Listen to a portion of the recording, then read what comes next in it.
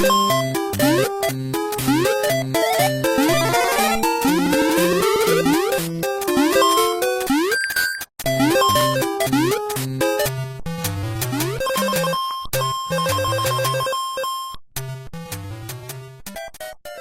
I'm Masi Ahmadi from Bridge Studio.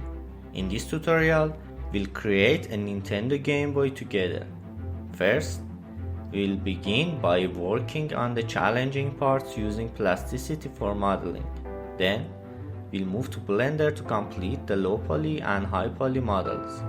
You'll learn some tricks to add effective details to a low poly model while maintaining a clean mesh. Next, we'll use Unfold 3D to unwrap the Game Boy.